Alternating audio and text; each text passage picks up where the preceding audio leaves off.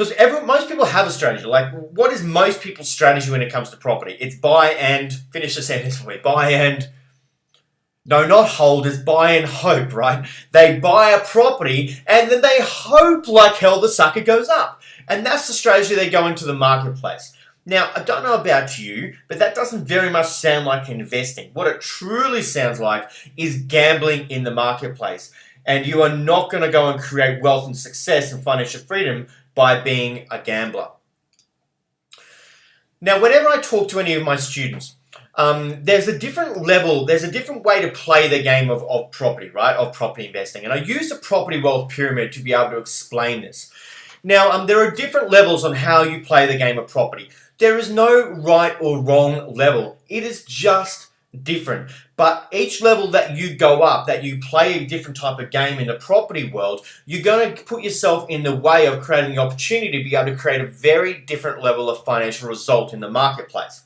Now, let me go through each of these levels step by step. Then you've got to make a decision, well, which level are you going to have to, do you want to play at to deliver that type of results? Now, level number 1 is the not in the game investor. So these are people that are still just thinking about it. And maybe you haven't gotten started just yet, but you're actually on the way, which is great. So you're ready to start moving up these levels. Now, if you stay this not in the game investor, you've got to start thinking about, well, what type of results in life that are you actually going to create? Because let me tell you, the statistics aren't pretty. They really aren't. You know, most people, the retirement age is currently 67 years of age. 3/4, I think it's 75% of the current population, they rely upon some form of a pension in retirement. That's where you're heading if you actually don't take control of your financial life. Now, the scariest part of that being the 75%, 3/4 of the population never actually rely upon some of the pension. The scariest part of that is how much the pension actually is. Now, I don't know the exact figures, right? But for a single person, it's around $21,000 to $22,000, and for a couple, it's around $30,000.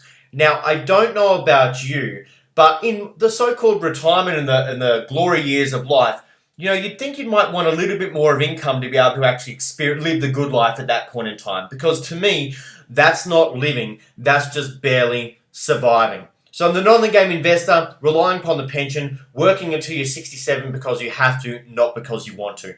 I don't think you listening to this right now will want to be playing that type of game.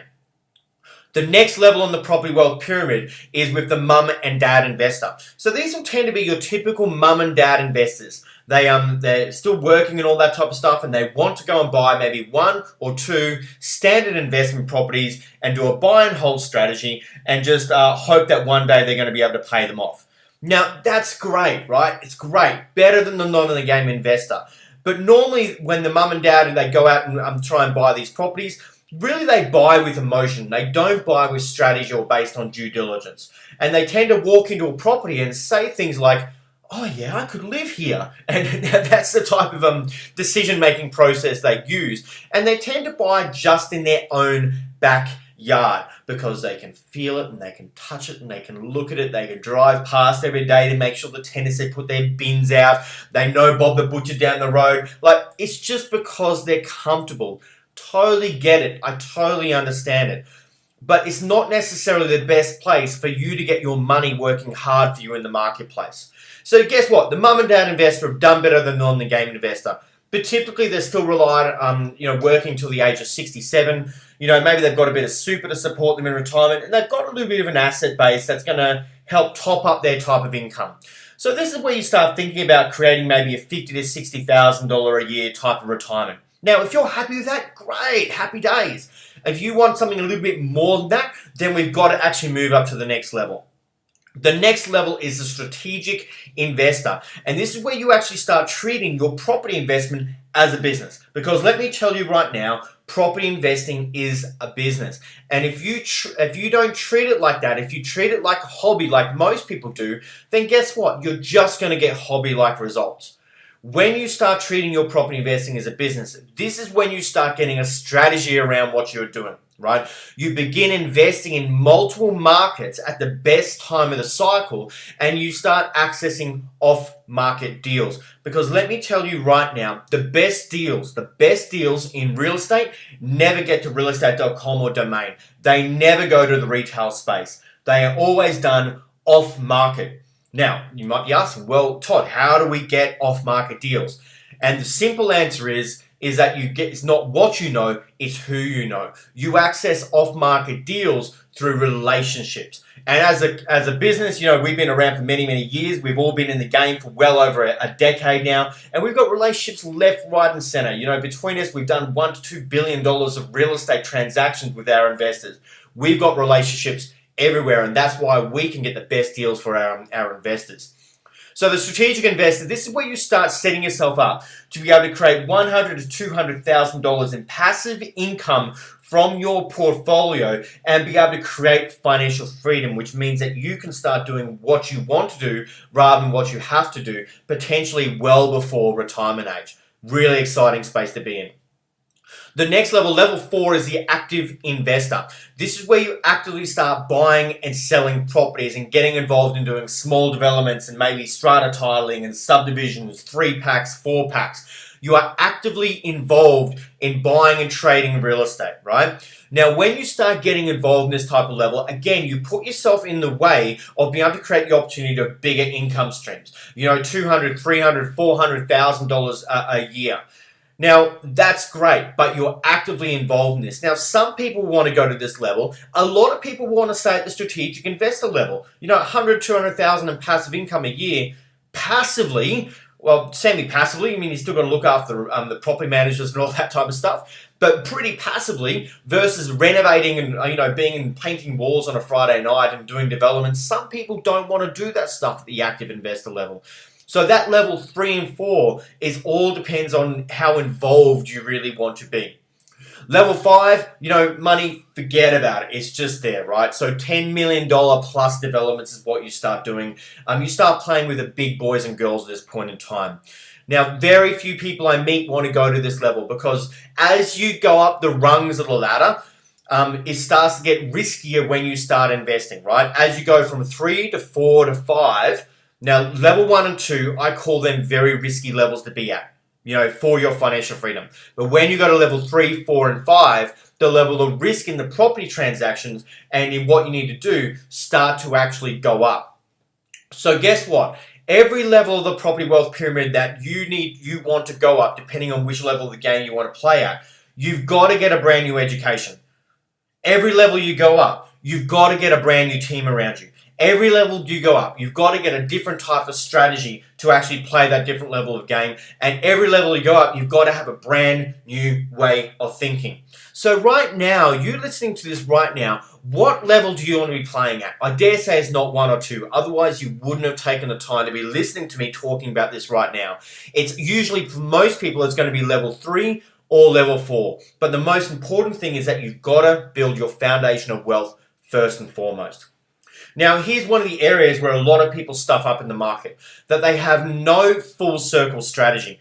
All they focus on is what property deal they're going to do, which I've got this down in the investment empire strategy, and they're missing the other strategies, right? They're absolutely missing the other strategies.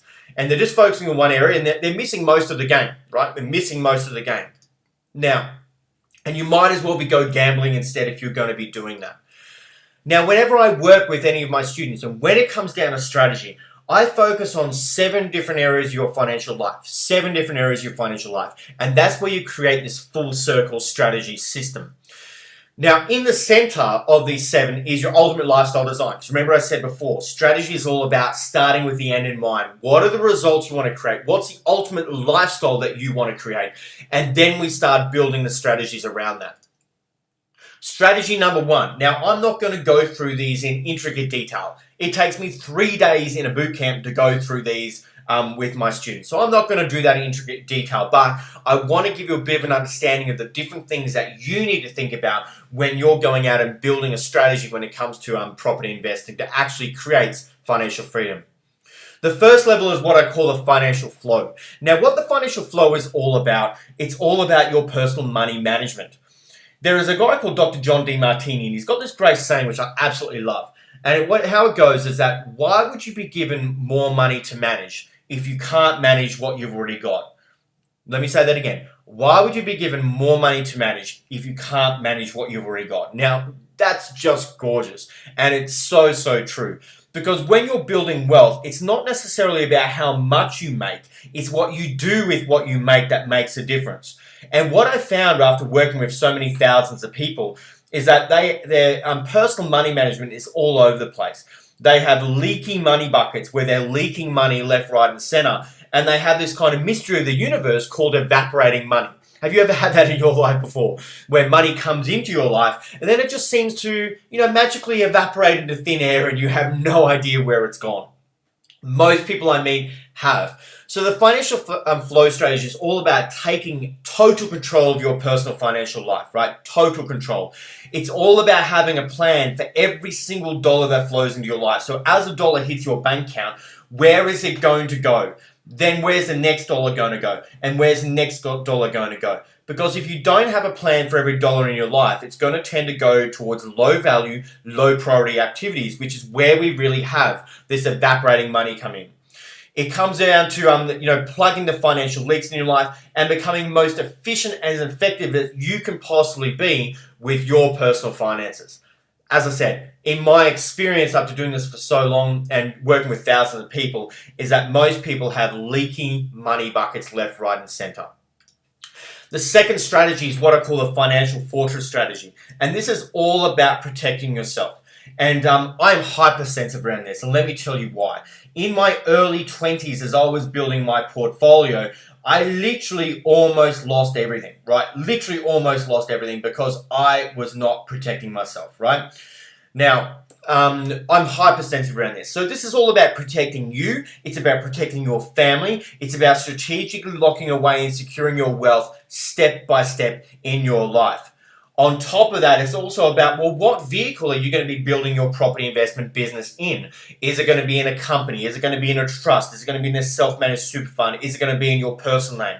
Which property is going to go in which vehicle and why? Now, like anything in strategy, there is no such thing as a one-size-fits-all approach. There's no such thing. Strategy is a unique individual thing to you are as an individual, right? Very, very important. So your financial fortress strategy, all about you protect yourself, having your buffers in place, your insurances in place, strategically locking away and securing your wealth step by step in your life. And on top of that, what is the vehicle that you're going to be holding your property investment business in? The next level is your investment empire. Now, this is about your investment strategy.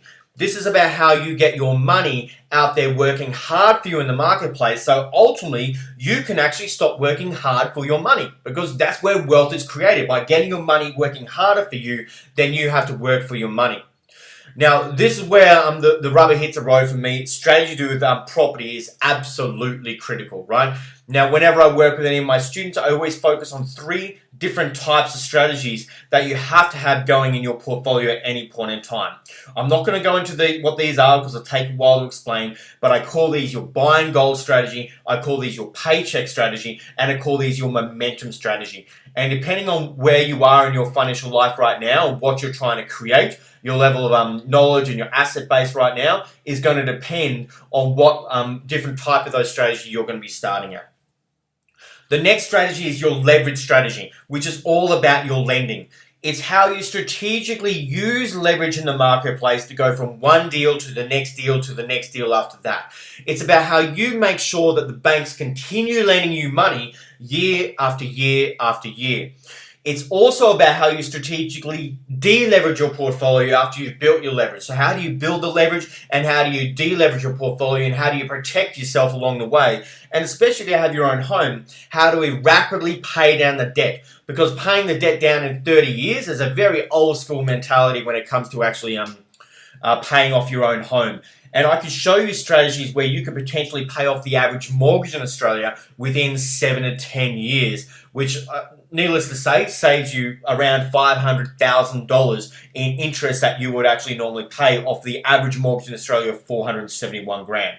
So how you strategically use leverage, how you deleverage your portfolio, how do you protect yourself along the way so you don't get caught up in cross-collateralization, all those scary things, and how you radically pay down the debt in your own property, in your own home. The next level is what I call the income multiplier strategy. Now, I said before that it's not about how much you make, it's what you do with what you make that makes a difference. But having said that, after you've learned how to manage your money, become effective with your money, and you have a system around your money, the thing which is going to often make the biggest difference in your journey towards financial freedom and building your portfolio, especially in this current financial markets of tight serviceability and low rental yields and really strict lending, is going to be how much more money that you can income that you can make to throw into the funnel, throw into your overall wealth funnel. Because you cannot save your way to wealth. You just can't, right? So the more income levels, and I'm a big believer in multiple streams of income, huge believer in fact, then the faster your strategy is going to be able to go. Now, I want you to write these two words down. It's called investable income, right? Investable income. So what is investable income? Investable income is the amount of income you have left over after you've paid your fixed expenses, which you can commit to investing in your overall wealth creation strategy. Now, all things being considered, your investable income is what's going to accelerate your portfolio literally almost more than anything else. Almost more than anything else. And so that's what you've got to be focusing on doing. Now, for me, I like to focus on 7 different income streams. Right now in my life, I've got 5 income streams which are flowing on in my life at this point in time. And I'm a big believer in creating these multiple streams of income. Now, there's 7 different income streams that you could go down. What you do in your life and in your portfolio is going to depend a lot on who you are. Now, a little bit later on in this webinar, I'll be talking to you about how you can discover your very own wealth genius and how you can actually go and build wealth based on who you are and based on your set of rules, not based on someone else's set of rules. And I'm going to explain that later on, which is a very, very important thing. But here are the 7 different types of income streams. So it's earned income from a job or from consulting or from a business, for example. It's from property, whether it be residential, your rental yields, or commercial, things like that. It's from dividends. It's from business, bricks and mortar type of business or internet business or something like that. It's from interest-based investment strategies and income streams. It's from profits that you can create from like buying and trading real estate. Like this is where the momentum strategy comes in, I mentioned before. And it's also from trading, like trading shares, trading real estate, trading different things like that. So many streams will form a big river. And so we want to focus on how can we create more income in your life so that you can actually go and add that to your wealth creation strategy. And as I said, your investable income is what's going to accelerate your portfolio more than almost anything else. The next level is your tax less strategy. Now, who doesn't want to pay less tax? Let's be honest right here. If you were to find a way to be able to get, $20,000, for example, of your tax back in your back pocket, I wonder what you could do with it. You could go and use it to pay down debt. You could go and use it to go and reinvest it in your portfolio to create another half a deposit for another deal, for example. You could take $5,000 of it and go on a holiday you've been wanting to be able to do. The more money in your back pocket, the better. And the final strategy is your millionaire mode strategy. And this is all about how you show up literally on a day-to-day basis, right? Because if you want to create a very different level of result in your life, then what you need to do is that you need to raise your standards, right? Because when you start raising your standards with how you're playing the game of life and how you're playing the property game, that's where you're going to put yourself in the way of being able to create radically different results. So I'm a big believer in how you show up in life is going to have a big impact on the level of income you create and the level of overall wealth that you absolutely create. So this is where we create this wealth snowball effect. I call it the full circle strategy. And what it really does, it creates this wealth snowball effect. So think about it. When a snowball starts to roll down a hill, it starts to pick up momentum. It gathers more snow. It gets bigger. It starts to get heavier. It builds more momentum. And this is and ultimately becomes unstoppable. And this is what we want to be doing in our portfolios, where we layer one strategy on top of another, on top of another, on top of another, Just like the snow builds on top of the snowball, we're doing that with our strategy. So we create this wealth snowball effect where our wealth strategy becomes literally unstoppable. Now, let me tell you a little bit how this works. Meet Arthur. Now, Arthur's a little bit shy, right? I met Arthur in 2011. We worked together for a number of years and created some phenomenal results. Now, when I asked Arthur if I can share his story, he said, sure, no problems. Because, quite frankly, it's too important not to, right? But he's quite a private guy. And so he said, look, can you not show my photo? And I said, sure, no problems. I'd do it for you listening right now, for example. So I said, all right, but here's what you're going to do, Arthur. I need you to go onto Google Images and find a face of who you want to look like. And so this is what he actually obviously wants to look like. So I met Arthur in 2011. Now, Arthur already had some properties in his portfolio. He already had 4 properties in his portfolio, and he bought them all in the one marketplace. Unfortunately, he purchased them at the wrong time of the cycle. So he bought them all in Sydney, and he bought them in 2002 and 2003, which was the last peak of the Sydney marketplace before the recent one that we're just experiencing at this point in time. And he paid top dollar for these pieces of real estate. He got advice from his accountant because he was earning a solid income. You know, he's a very professional guy, very well-educated guy, a couple of degrees behind him. I'm in a professional type of role, earning quite a solid income. Because he was earning a solid income, he was paying a lot of tax. And he got advice from his accountant to go and buy some negatively geared properties to be able to reduce his tax. Now, maybe you've listened to that, you've heard this before, right? And he went and took this advice. And so he went and bought these properties, and they were costing him $31,000 a year negative in the market. Negative in the market. Now, that is absolutely huge, right? So, and they're all cross-securitized with his own home. Now, I don't know if you know what that means, but let me tell you right now, I have seen so much pain with cross-securitization. It's not funny. I have seen so much pain. So how would someone like this in this situation be feeling, would you imagine, right? How would he be feeling? You know, would it be fair to say that he had just a little bit of financial stress, or maybe severe financial stress and struggle? And he truly did, right? On a number of occasions, we were sitting in front doing strategy sessions, and he was literally in tears, right? Because, you know, he was at home trying to spend time with his kids, and he was so financially stressed out that he really wasn't present. And he's a family man, like, great guy, right? He's talked to me about all the sleepless nights he was having around money. You know, that's not what life is about. He had a lot of ongoing bad debt because he'd started to use his credit cards to pay for the negative gearing in the property portfolio. Now, that's a downward hill spiral. He had no plan to turn it around. And when you have no plan, you feel stuck. You feel helpless, right? And that's a horrible place to be in. I don't know if you felt that before. He hadn't been able to invest for 8 years. Now, when we talk about creating a mistake in real estate, think about what's happened in his life. Number one, he bought them all at the peak of the market. So what happens after the peak of a market? Yeah, it pulls back and then it tracks sideways, right? He got these negatively geared properties. So how much did that cost him? $31,000 a year over 8 years is what it was actually costing him in the marketplace. Now, that is a huge cost. That is a huge cost. And on top of that, it cost him 8 years of being out of the marketplace. Now, what's the opportunity cost associated to that, right? Of being out of the market for 8 years. You know, if he had a strategy when he first started investing and bought the right properties in the right areas, he would probably be financially free right now. And that's a big opportunity cost. But that's the cost of making a mistake in real estate and having no strategy and having no team and no education. And he was staring at being tied to a job until the age of 65. Now, when I met Arthur, you know, he was kind of 47, 48 at that point in time, right? And, you know, ask yourself the question, would just buying another property solve his situation? The answer is absolutely not. We had to go around each and every one of these strategies. We created a strategy for his personal situation for each and every one of these strategies in his life. And the results were absolutely phenomenal. After the space of 4 years, he went from having 4 properties all in the one market to having 8 properties diversified over 3 different states. There are 3 ways we diversify in the property market.